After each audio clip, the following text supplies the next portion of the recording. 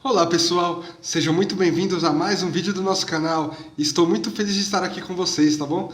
Não se esqueçam de se inscrever no nosso canal, curtam, comentem e compartilhem esse vídeo. Ajude o nosso canal a ganhar engajamento e chegar a mais pessoas, para que elas também possam ver esse tipo de conteúdo. Não se esqueçam também de se inscrever nas nossas páginas do Kawai e do TikTok, que vão estar aqui desse lado da tela. Estamos na segunda parte do livro Futuro Espiritual da Terra. Este é o capítulo 11. A solidariedade mundial é padrão da regeneração. Encontrávamos-no no meio de uma tarefa de socorro urgente advinda de um dos cataclismos que vem varrendo a Terra, nesses dias de limpeza e aferições de valores espirituais dos encarnados e dos desencarnados envolvidos naquele drama. Uma grande tempestade inundou repentinamente grande parte das ruas daquela cidade, alagando muitas delas e ainda causando mais estragos com a força das correntes de águas do rio, resultando em muitas perdas materiais e em algumas mortes por afogamento ou por deslizamento de terra. Nossa equipe procurava auxiliar no recolhimento dos desencarnados que estivessem intimamente abertos para o socorro.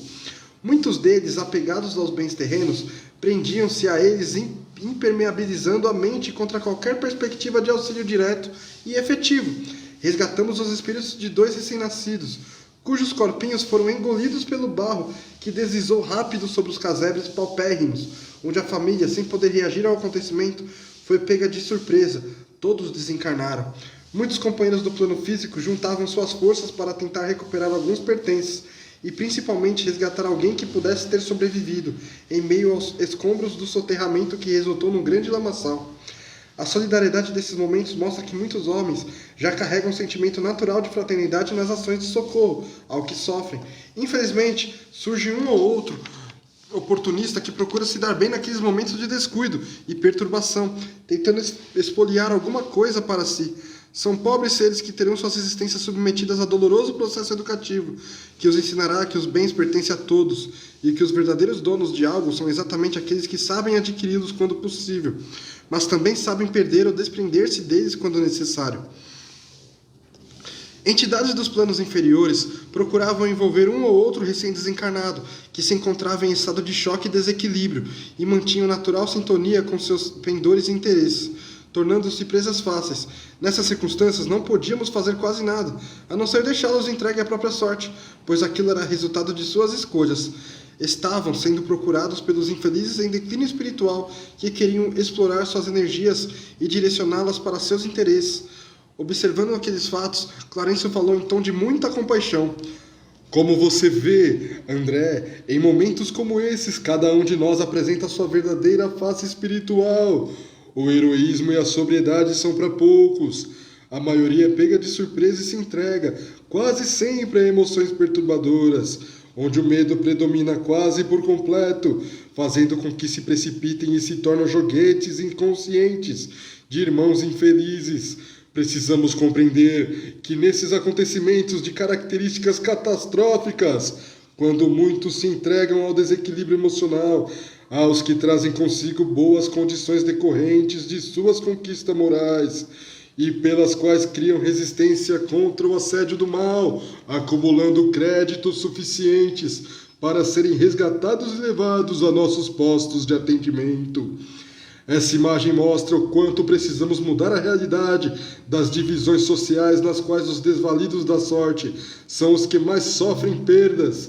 É lógico que devemos levar em consideração o tipo de acidente geológico que ocorre, sendo que no exemplo que estamos presenciando e procurando auxiliar, quem mais sofrerá em todos os sentidos são exatamente as classes mais vulneráveis.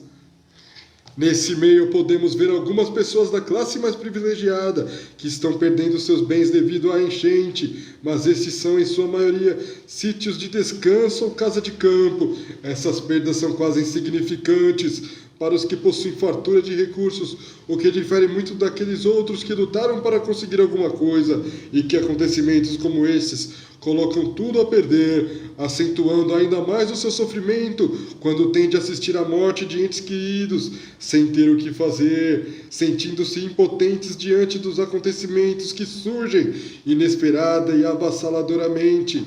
São companheiros que aprendem no resgate do passado e pelas circunstâncias do karma coletivo a dar testemunhos de que suas consciências buscam se harmonizar perante a justiça divina, contra a qual agiram em oposição às suas sábias determinações, procurando o próprio bem-estar às custas do sofrimento alheio. As catástrofes são convite para refletirmos sobre como temos utilizado os recursos da natureza e as consequências do mau uso, seja ele de responsabilidade individual ou coletiva, convidando-nos a pensar mais naqueles que estão ao nosso lado, em situações mais precárias de sobrevivência. Essas ocorrências devem fazer com que os governos, cidadãos e pessoas de posse e poder venham a usar os bens e recursos públicos em auxílio e melhoria da vida de todos, evitando desviá-los para outros fins. Infelizmente, esse comportamento inadequado tem raízes na nossa história desde quando tivemos a oportunidade de nos envolver com a administração dos bens públicos. A própria Terra começa a ajustar-se, fisicamente falando, para mudanças em todos os aspectos, sejam de ordem climática, na fauna e flora ou na estrutura urbana e social, para criar possibilidades de receber em seus seios seres com características diferentes dessa atual geração. Os que ficarem aqui terão de se adaptar a esses novos padrões de existência para acompanhar o crescimento que se fará daqui para frente. Todos nós, hein? Se analisarmos profundamente o que é um mundo de regeneração, veremos que se refere, na verdade, a uma fase de transição que um homem passa entre suas condições mais materiais, das quais o mundo primitivo e o de provas e expiações são um exemplo vivo, para se transformar em planetas espiritualizados, como os de naturezas sublimes e divinas.